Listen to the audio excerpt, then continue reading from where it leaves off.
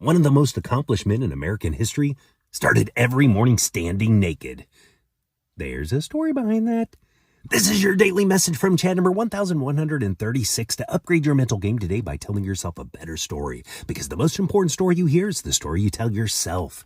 This message is dedicated to the memory of my birthday buddy, the iconoclastic Tim B. of Vetus. He was one of the good ones.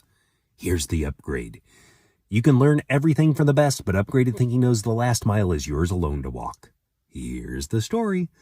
Benjamin Franklin told his sons to study the successful people around them. Lessons from example, he said, are easier won than lessons from experience.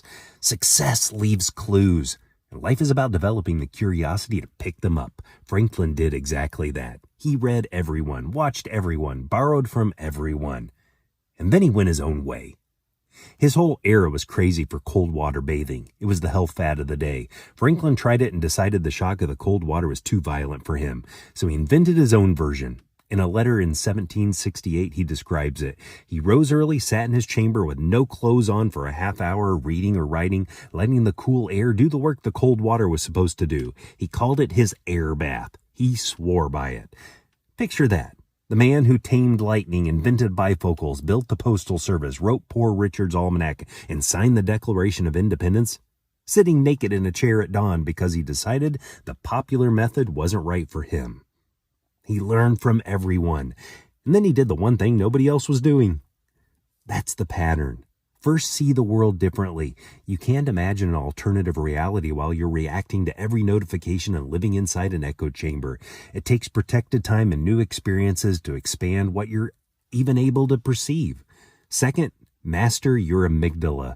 The moment you propose something different, the pushback comes and the fear rises. Most people fold. The iconoclast approaches the fear instead of avoiding it. Courage isn't the absence of fear. It's acting in its presence. Third, develop social intelligence. You can see the unseen and tame your fear, but if you can't translate your vision so people trust it, you're done. Be fair, be trustworthy, be likable. Build the credibility that lets your ideas take root. Perception plus courage plus social skills. Master all three and you become someone who does what others said couldn't be done. The world needs your uniqueness.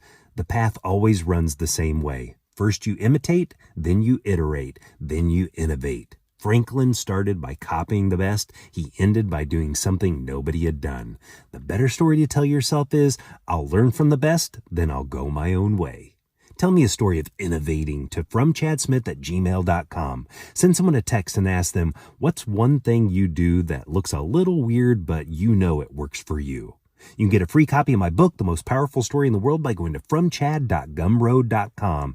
The transcript of this message and hundreds of others are always available at www.fromchad.com.